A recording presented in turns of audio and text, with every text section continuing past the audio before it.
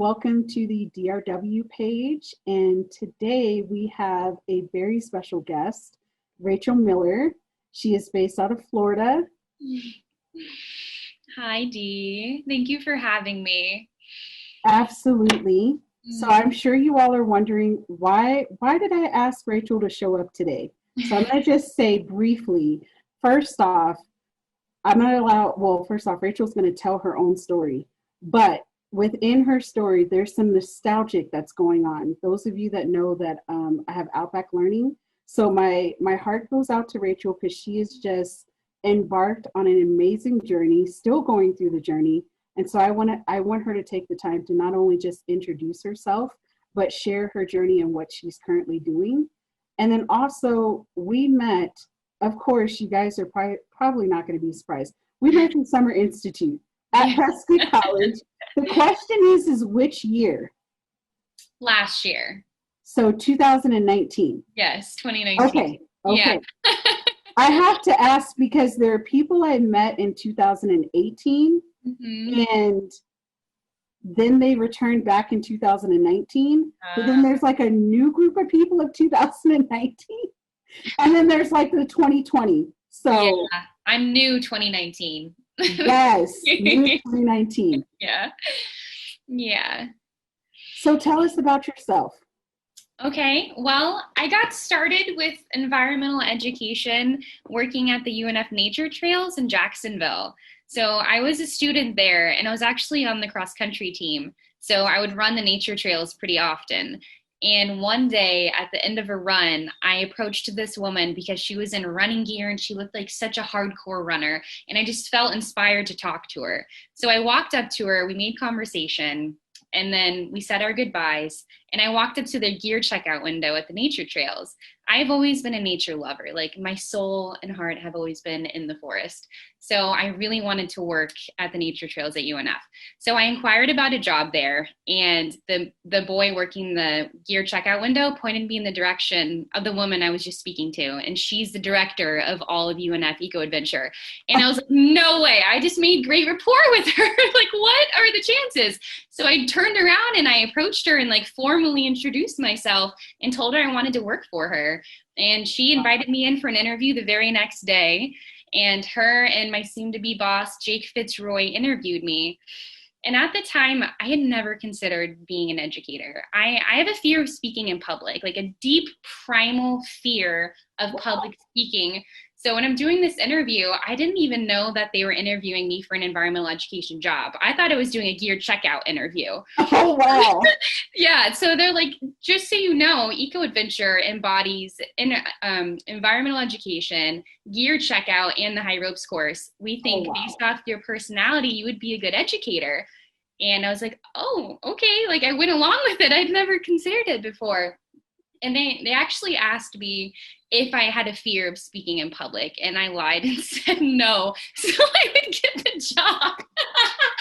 Yeah, and thank goodness that I did, because it worked out. Like I fell in love. It became my passion, teaching children outdoors. So children would come on field trips to the nature trails at UNF every day, like by the busload they would come in. And we as students would take them around and hike and teach them about the environment. And I fell in love. Yeah, so I did that for 3 years. And during the summer, I was a camp counselor at the summer camp there on campus. And once I graduated UNF, I searched the nearest forest school in the area. And I found the Play Garden by the Sea, which is in Jacksonville. And I pretty much approached them and was like, you have to hire me. I have to work here. And it worked again. And they were a Waldorf school, so they taught me all about like different pedagogies of early childhood education outdoors. And so that's how my journey got started. But where I am right now, I have created the Little Blue Barn in Melbourne, Florida. It's come a long way. So I'll back up a little bit. I was working at the Verde Eco School in Melbourne. And when the pandemic hit, they had to let me go, which was a huge heartbreak. I'd been there for a little over a year and I felt like they were my family. The kids were my kids. And so when I was let go, I was heartbroken. I thought that meant I didn't get to see the kids anymore. But luckily, some of the parents passionately encouraged me to start my own program so I could stay with their kids. So Wow. yeah, it filled my heart up so much knowing that they felt that connected to me, and they didn't want my relationship to go away with their children either. So I started a summer camp program where we would meet in the community and go hiking and swimming and do plant identification and art and reading. And one day, one of my students' parents approached me and said, I have a barn on my property. They own 14 acres of land, and they just had a barn sitting on it that wasn't being used. Empty Wow. stalls and an empty room.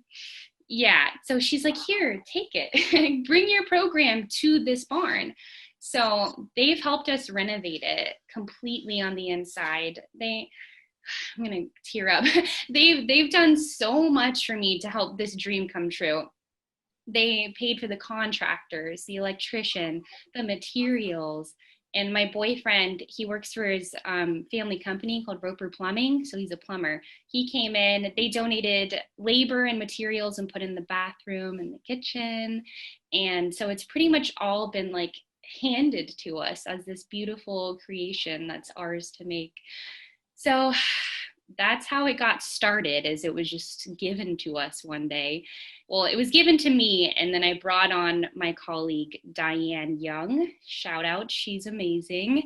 Yes. She was working at Verdi also, and recently decided it was her time to leave. And I found out and contacted her right away and scooped her up. I asked, Right. yeah, I'm like, yes, you need to come with me.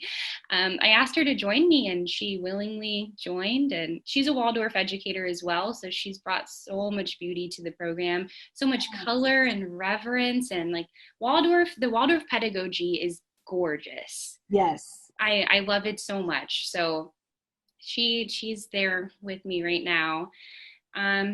Let's see what else. So we're a nature and play-based program. We're outside most of the day, but we go in periodically to cool off. We've got our snack and our lunchtime inside, but they spend most of the day like playing and exploring outside. And we follow a nature-based theme that follows the seasons of Florida. So Yes. yeah, I know. It's Chicky and Rue. Have you heard of it? No, I haven't. It's amazing. And Chicky and Rue is the name of the company online, and then they offer curriculums based on the state that you live in. Oh, wow. Okay. Yeah, yeah. I I found it like and I was that. like, score. This is amazing. Yes. So it's a Florida nature guide curriculum. So each week there is a theme that we focus on. So last week it was seashells, and on our property we've got a lake. So we did a little hike around the lake, and we found all these shells like around the lake. And so the kids were sifting through the sand and finding all these different kinds of shells. So that brought on the conversation that Florida used to be underwater back in the day.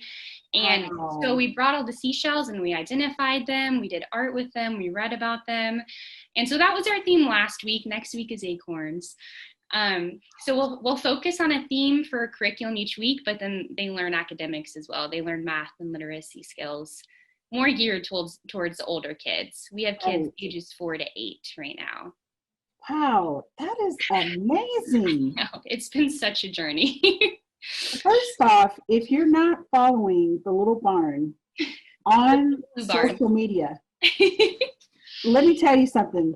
Every day, Rachel is serving up pictures, and I'm liking and loving all of it.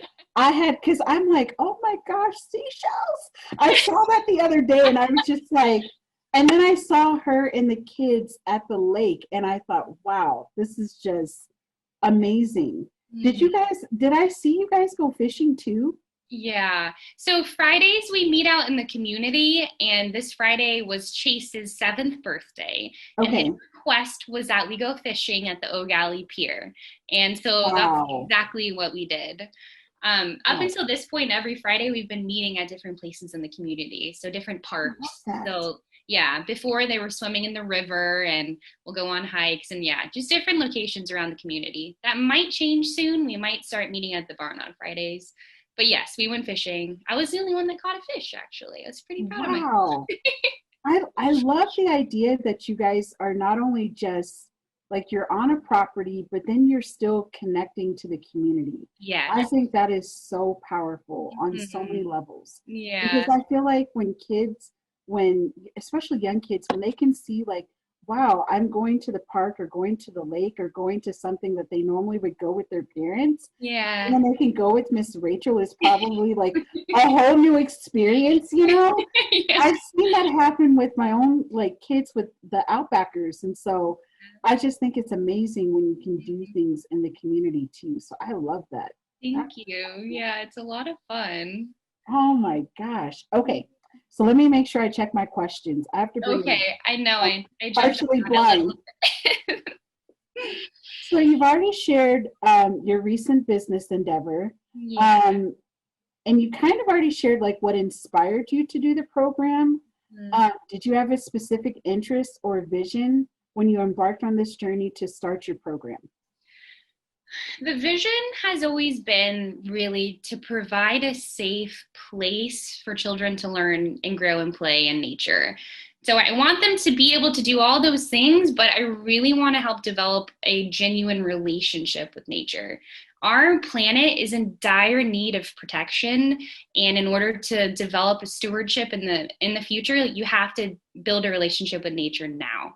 And so I'm trying to build empathy in these kids so they stop stomping on ants just because they can. Like I'm explaining to them like those are living beings. They have their right to live. They're just working for their families right now. They're just trying to gather food, like I put love into a, that. yeah. So I'm trying to help them build empathy and help them develop a relationship with nature. And that's my genuine goal in this. That's amazing because, you know, in Arizona, we have ants too. Yeah.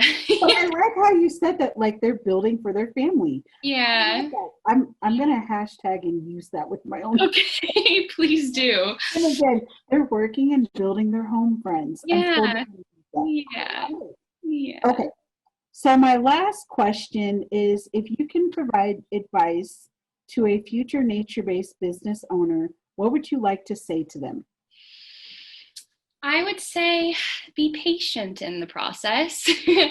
It might not end up looking as how you expected it to look originally, but that's okay.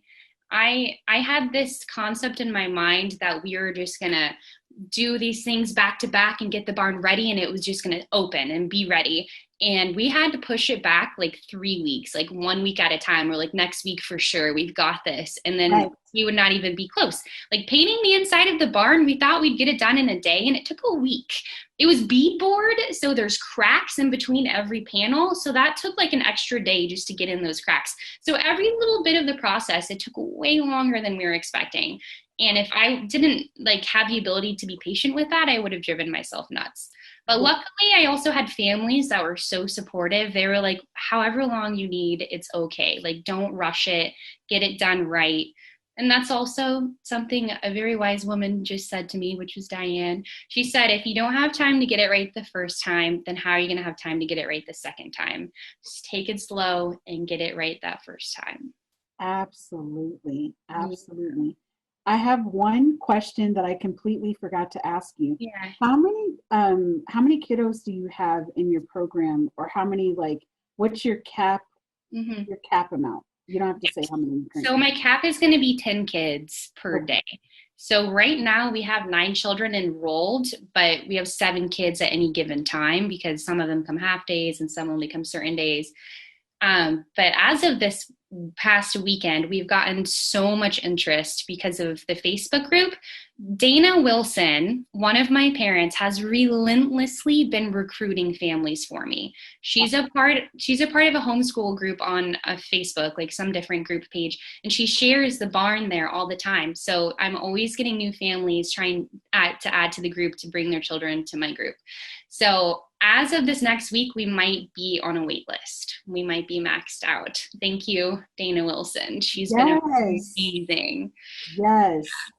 I went to last summer. I went to Natural Starts conference, and I went to Rachel Laramore's professional development, because Yeah. she does the professional development for those that want to start their own nature programs. Yeah. It was really interesting. She said another wise woman, right? She was like, be prepared because it's going, when people figure out like not just who you are, but what you're doing, you will have a wait list. And I'm like, really? Like, I remember thinking that. And sure enough, it does happen once the word gets out. And Yeah. this is like pre pandemic. And so I'm just thinking, okay, when this is all over, think about how many parents and kids that are just like, I want to go to this program Yeah. because they may have had like a little bit of a taste of it and Yeah. then wanting to go permanently. And I feel like those of us that have programs is something that we have to think about, you Hmm. know, in the future and hiring people and Yeah. expanding. Yeah, it's exploding right now. It's pretty crazy. We have over 70 members in our Facebook group already. Wow. Yeah, Wow. I'm Be really ready. excited. Be ready. Yeah. Yeah. Well, I can't thank you enough for coming on today and just sharing your program. And I can't wait to continue to watch and see what you all get into this coming year and years to come. I wish you all the very best. And I hope this interview will just give parents another idea of like what your program is about, you know, and what you're doing. So Thank you. Thank you so much for caring enough to ask me about my story. Thank you. absolutely.